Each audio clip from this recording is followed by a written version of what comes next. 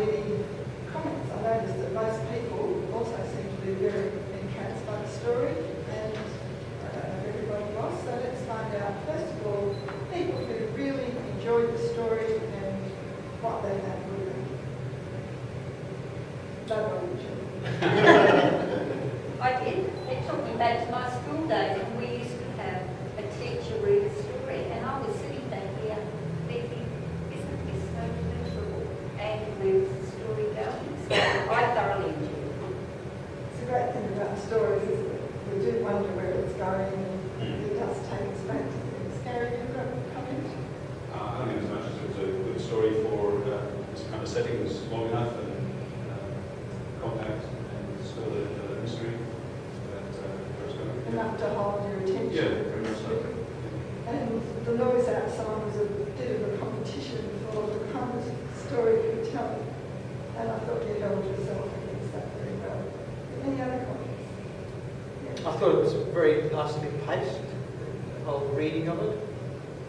Very easily to hear and appreciate. The voice came through very smoothly, and just every now and again with a bit of passion or a bit of inflection in regards to who was speaking. So you differentiated the characters slightly and put a little bit more meaning into it. Right.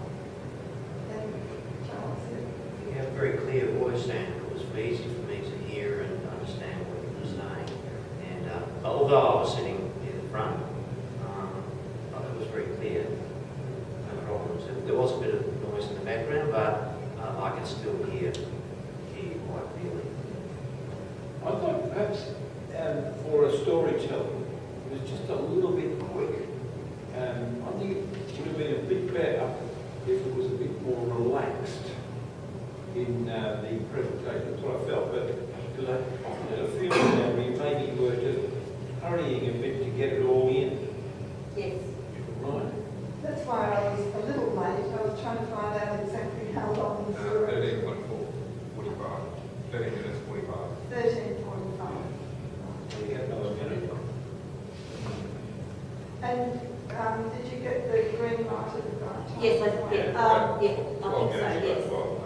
Green light. I think I got it a bit early, but it's not my most favourite thing, and I did feel I actually was rushing myself. It's not very good, yes, because I was getting to 15 minutes. Yeah. Right. I found it a bit too fast as well. I think there should be not so much speedy working, talking, speaking each sentence. There weren't no pauses between sentences long enough. And really, I'm a bit confused who be a bit more work of the life to differentiate between the speaker or Yep. something that just comes across very easily. I agree with both David and Gawain. I'd also suggest it would have been improved with longer pauses between each scene, because they just flow on exactly the same as everything else as well. So that gave this feeling of great rush, but she must have a 25-minute reading trying to get it in. That overtook my absorbing the story. Yes, Charles.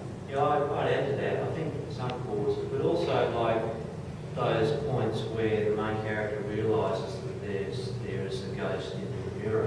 Could have had a bit of a rising tone there to create a bit of suspense, because there's this ghostly figure that she could see who shouldn't be there, and that would have added a bit, I think, to the storytelling to have a bit of rising and falling tone there as well.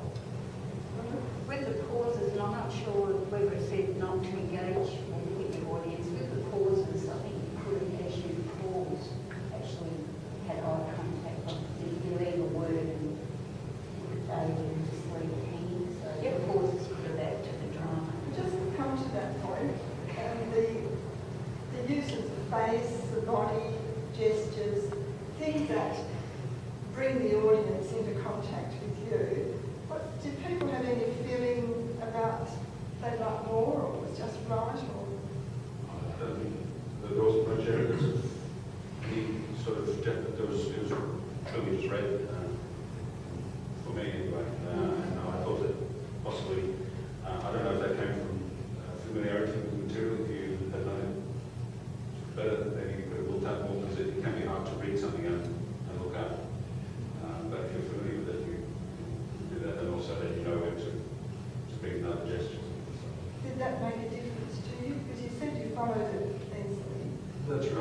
the story was strong enough to hold your interest, but I think that those certainly eye contact or looking up, glancing up is important.